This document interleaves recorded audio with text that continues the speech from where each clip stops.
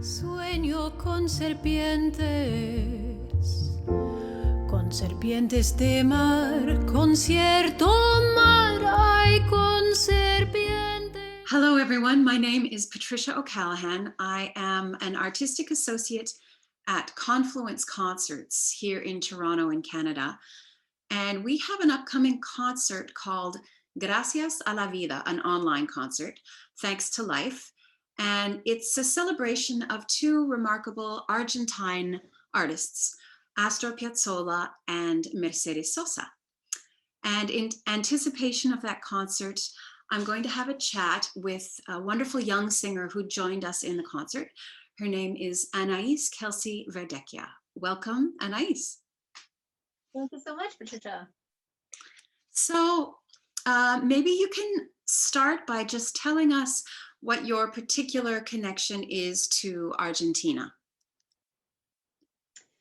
Right. Well, I'm half Argentinian. My father was born in Buenos Aires. My grandparents are from there. Yeah, if you go back a couple generations, it becomes sort of Spain and Italy. But yeah, the last couple generations of my family are Argentinian. Have you spent any time there? Unfortunately, no. My dad and I have wanted to go together for quite a long time, but so far it hasn't worked out that we've both been able to go. So I have yet to actually go back to the motherland. Hopefully the timing will happen at just the right time, and it'll be wonderful when it happens, I'm sure. Yeah, very excited.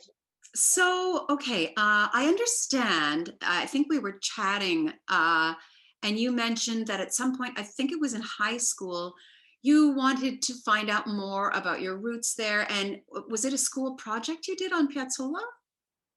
Yeah, so we had a project where we had to bring in a piece of music that was meaningful to us and play it for the class, or a recording, or if you were able to do it live, that was encouraged. But I brought in a recording, and yeah, I chose to bring in a tango, a Piazzolla tango, because that year it was sort of a year of self-discovery, kind of. I read my father's play, which was published the year I was born. It's called Fronteras Americanas, American Border, and I read it, and it kind of sparked this real curiosity about that half of my family and that sort of history. And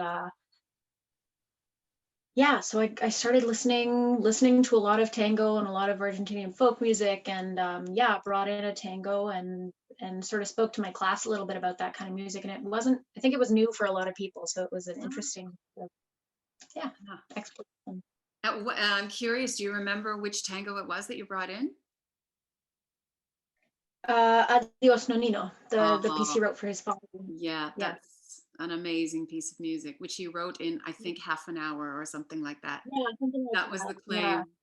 And he said he spent the rest of his career trying to write another Adios Nonino. Anyway, yeah, wonderful. Okay, thanks for that story. How about Mercedes Sosa? What's you or your family's connection with her or her music? Yeah, I mean, similarly, obviously, Mercedes Sosa is a huge figure in the lives of, I would say, most Argentinians, and especially for someone like my father, who was born there and left because of the political and social climate in the 60s. You know, my grandparents emigrated because of that, and I think for a lot of people who have that story, Sosa is like particularly powerful. That folklorica music is particularly powerful because it speaks to sort of the struggle of being there, living there, having that be your background, your culture. Totally. Yeah. I mean, the whole Nueva Cancion movement, there was no separation between, you know, being a singer and singing about what was happening politically in the world. It had to be sung. It had to be voiced. And she's such a great voice for it. Yeah. So I want to deviate just a little bit from the program and the repertoire, just to ask you, as a young singer, just coming out of university, what's it like in this particular climate, in the state we find ourselves in? Do you find your ideas about what your career or your future might be, do you find that things have changed for you in the last, say, year and a half?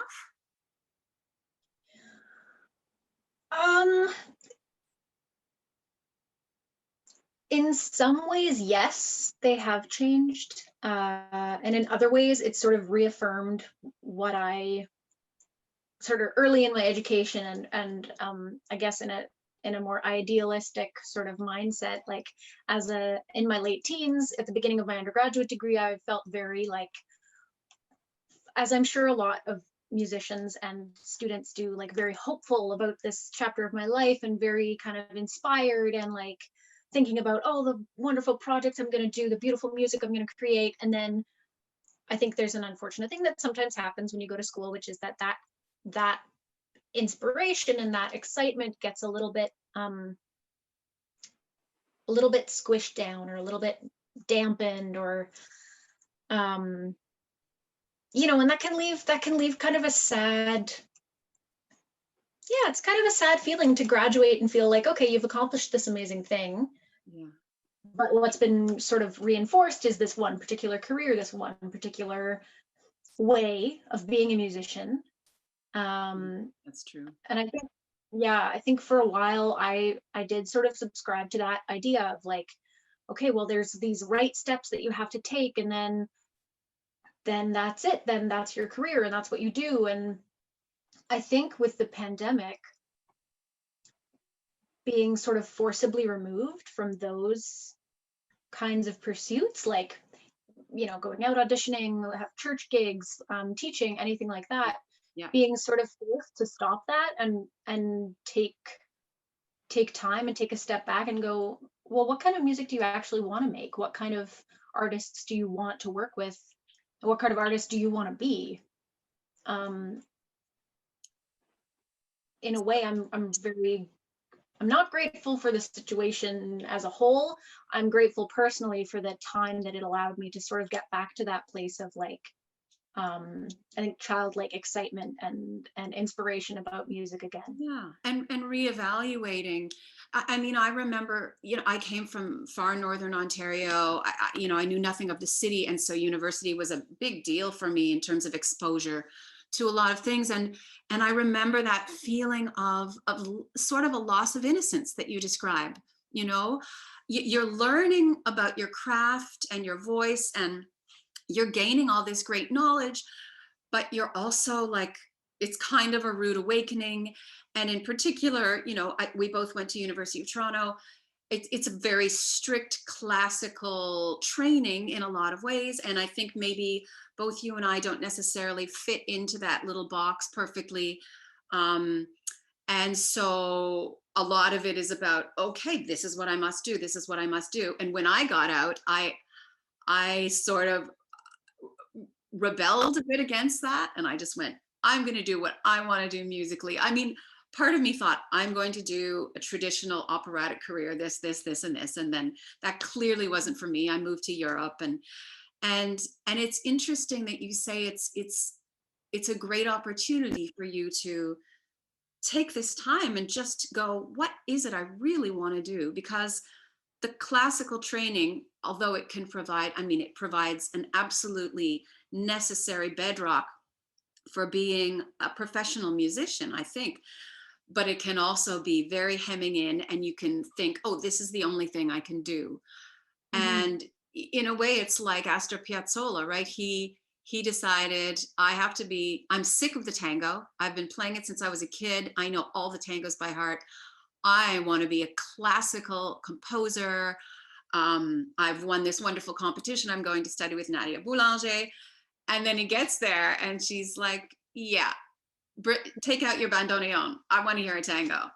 And he plays her one, and she's like, that's you. That's who you are as a composer. And consequently, he changed the tango forever, you know, because he melded those two things. And it's so important for a musician to find their place in the world by finding exactly who they are, who they want to collaborate with. And I think more and more, we're just not going to fit into those little roles of, I'm going to be a colorature, a soprano doing this repertoire. Like, it just doesn't really exist anymore. So what kind of opportunities do you see for yourself and as a young musician and artist? That's a really good question. Yeah, it's a hard question. It feels like,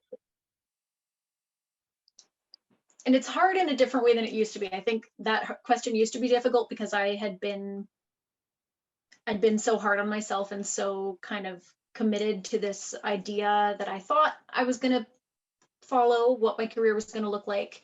And then when it seemed like not a good fit, it felt like a real failure. So it felt like there was nothing I was going to be able to do, or, maybe I wasn't going to be a musician, all those kind of questions. But now it's kind of the other side. I almost feel like, I love doing sort of more traditional gigs. I still love opera. That has a very special place in my heart. I have a church job that I love. I've done some really incredible choral music and love that. I've tried my hand at conducting a little bit. I've done a bit of writing. Like, I really feel like a sort of blossoming, like very much like I could sort of pick any one of those avenues. And I'm fortunate to know a lot of really incredible musicians, both sort of people around my age and a lot of people who have more established careers, who have always been really willing to sort of let me pick their brain or offer their expertise, which has been super helpful. Just even the few times I've put on sort of concerts of my own, like music that I'm interested in or music that I've written, I've been really fortunate to have a lot of guidance from people. So that's been really good, and it kind of makes me feel like I could do more of that, could do more branching out, more development, more, I don't know, we'll see. Yeah, oh, that's so great and exciting to hear. I think that's exactly where you want to be, and you are all of those things, a writer, and there's no need to limit yourself to just one. And yeah, of course, like choral music, opera, that's part of our foundation now, right? It's part of who we are, even if we don't follow a totally strictly classical career. It will always influence, our aesthetic, and that's a wonderful thing. That's awesome. Absolutely. Yay. Yeah, and it's very inspiring. Like this concert in particular, like, being able to perform in a non-classical whatever. I hate that kind of terminology, but I know. to perform something that's not opera or art song and like get to experience a different part of my voice and work with it in public in a way that I haven't in a long time, like, and to be performing the music of these incredibly inspiring people, like to look at Piazzolla's career, that I think that's just such a great example. You can never know what you're going to do. You can plan a step ahead, you can try, but next thing you know, Nadia Boulanger is telling you like, yeah, go back to tango, and then you go back. Yeah, exactly. So I think that's just such a wonderful example of like trying too hard to fit into that place that you just don't belong, or to like make something that your heart isn't really in. It's just a waste of your resources and your gifts, I think. Yeah, well, you sound like someone who is so wise for their years to me. I think that's such a great place to be. And I feel like it took me so long to get there. I'm like, I was in a sort of a similar place after university, but I'm like 25 years older than you. So the world was so different when I came out. It was never an easy career to try and be a singer, but I dedicated 30 years of my life to strict vocal classical training and thought that that's how I would free up my voice. And then I found myself in yet another box, like maybe a slightly more expanded box than the one of my heavy metal days of high school, but still a box, right? And then you're like, oh, okay. So there's not maybe a necessarily right or wrong way to sing. There are just options, and we want options, and we don't want to limit ourselves. Yeah, for sure. Anyway, well, it's been so lovely to chat with you, and find out a bit more about you and where you're at. And I wish you all the best. I'm so looking forward to watching and listening to this concert online. And I can scarcely believe that you are the age you are with the richness of color and maturity in your voice. It's really impressive. It's exciting. Thank you. Thank you. You're welcome. And thanks for chatting with me. Yeah, thank you so much. It's been great. All right. See you. La mató